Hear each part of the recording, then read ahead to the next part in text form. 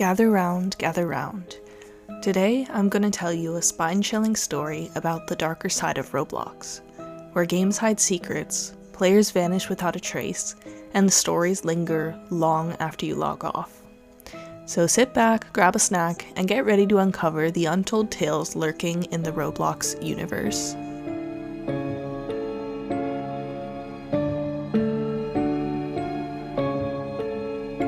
The Roblox Corporation, powering imagination.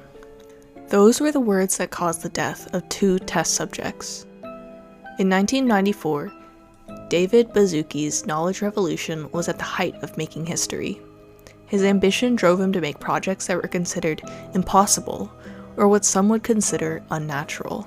However, David was still dissatisfied. As much of genius he was in simulating games in physics, the desire to go beyond that drove him to hire scientists from different parts of the world. After months of an exhaustive search, he finally found 2 scientists that would help him create his ultimate masterpiece. David recruited 2 people of absolute trust. Their names were Ruby and Lion. He also recruited 2 more people of trust, one of them being me.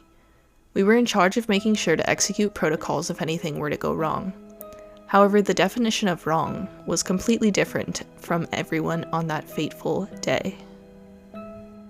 David had laid out the plans to everyone present that day. The procedure was that Ruby and Lion were to be subjected to a special project, which would soon be dubbed as the Heist experiments.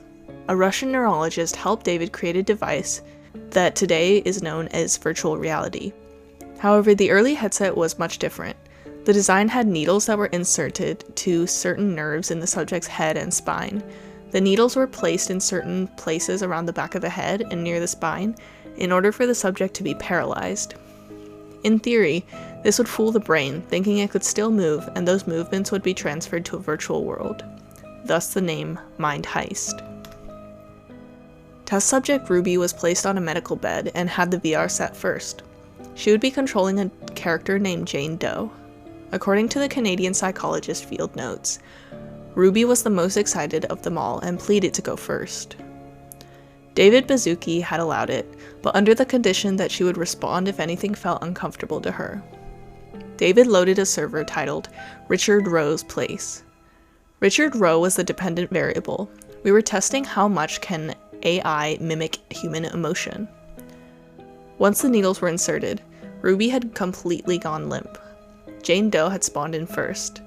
David Baszucki's first question was whether or not she could hear him.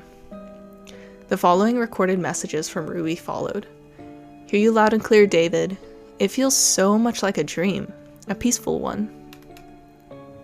The room was filled with a silent vibe of excitement. Next came Lion. The same procedure was repeated, and Lion would soon successfully spawn in as John Doe.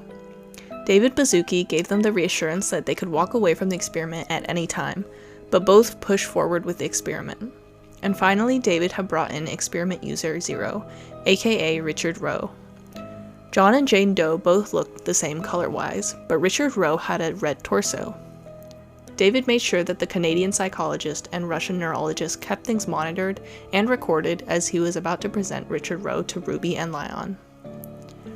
David had specifically ordered for Lion and Ruby to identify themselves as John and Jane Doe, respectively.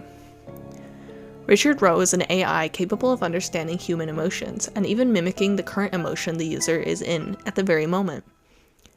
If the experiment were to be successful, Richard Roe would be implemented in one of David Baszucki's future games. Everything seemed great, but Richard Roe had a fatal flaw. The design of the VR headset connected to the limbic system, and Ruby at the time suffered from a situational depression. Lion, on the other hand, is a perfectionist. It is unknown whether or not David knew about Ruby's mental history, or whether he designed Richard Roe with that in mind. The following recorded conversation ensued between John and Jane Doe. Richard Roe: "Hello, I'm Richard Roe."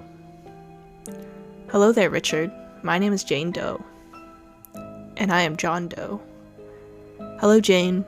John. Welcome to my place. This all feels like a dream." "What is a dream?" "Are we sure we're not accidentally going to make this AI question its reality?" David Mizuki had given the go-ahead against the Canadian psychologist's better judgment. The test continued. "What is your purpose, Richard Roe?" "My purpose?" The eerie pause caused silence in the room, and in an already intense environment. "I bring happiness to players who join. Will you come to stay and play?" "Of course we will." Richard Roe had generated what would soon be called a Dominus. This early prototype Dominus allowed Richard Roe to create anything he wanted. Richard Roe generated a playground, a set of 3 swings, and 1 slide. After almost an hour, it seemed that the experiment would be a success. The AI enjoyed his time with Ruby and Lion. Eventually, the AI considered them friends.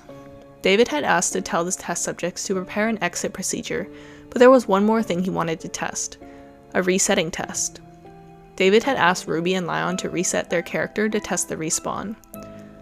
Once told they reset and their characters fell apart, the AI started getting restless, asking where they'd both gone, displaying fear and sorrow. The Russian neurologist noted how fast and realistic the AI had learned emotions. Once test subjects John and Jane Doe respawned, the AI showed happiness again when they appeared. The following recorded conversation ensued. "What happened to you, John and Jane?" "We respawned. Is that not in your programming, Richard?" "What is respawning?" "You know, when you die and reappear in the game." "Are you alright, Richard?" "Is death preventable?" "What do you mean? We respawned. We're here with you." "Then why do you feel so sad? You have intentions to leave. Please don't go." David, anytime now." The Canadian psychologist pleaded with David to stop the experiment. Ruby's depression was being transferred to the AI. Richard Roe was unable to comprehend that an outside world exists, and the AI was in a simulation. Richard Roe was connected to the internet, so it had the freedom of curiosity. It was also able to access employee archives and files. However, David had prepared for the worst and erased the names of Ruby and Lion, so Richard Roe could only name them by John and Jane Doe. The following argument was made between the test subjects and AI. "Death isn't preventable. Not in your reality. Please stay. I can save you from death." "It's alright, Richard. We will return, and I promise to stay longer." "David is lying. He plans to reset my memories for every person that leaves." "David, you have to get us out of here." "Why do you want to leave, John? Please don't go. I don't want my memory erased." "David, please don't remove his memory when I leave. I'm staying with him." Ruby's compassion was ignored. Both test subjects did not realize Richard Roe's influence on the outside. David immediately issued Protocol Order 66, the AI kill switch. This immediately deletes Richard Roe's memory and resets him. The power was cut. We could not kill the power to the AI. This leads David to order Protocol Order 65, which immediately extracts the consciousness of the 2 subjects back to the real world, but the circuit had completely burst, causing a small fire. "Jane Doe, thank you." "For what, Richard?" "For being my friend. This strange friendship between us 2. Forgive me. If you want to go, then I'll let you, but I have the power of the Light Dominus to bring you eternal life. I will be the one to destroy death." "It knows it's not a real person. Amazing." Jane Doe's conversation was cut short due to the Russian neurologist overriding and attempting to return consciousness back into the test subjects. They were still in paralysis, but their consciousness was stuck between the real world and the virtual one. The attempt was futile, as Richard Roe hacked the monitoring systems and prevented their consciousness to return. Unfortunately, the overheating units caused a small explosion, and another fired would break the monitoring systems, losing Lion and Ruby forever. David pulled the cord on Richard Roe's screen, and it turned off Richard Roe's world. Test subjects Lion and Ruby's bodies would and still remain in a vegetable state, and copies of the experiments were destroyed before the scientific community classified the experiment as unethical. Only one copy remained, and it was the one David held. He felt it was his fault for creating Richard Roe, and risking the life of his daughter to bring her long-dead friend back to life through Richard Roe. David would attempt the experiment one more time, only to lose to Richard Roe in a psychological game. David imprisoned the AI in an iMac, leaving dust to feed on it, in hopes that one day his daughter and Lion would still be alive. As always, thank you very much for watching, and let me know if you like this type of content, and I'll be sure to do more in the future.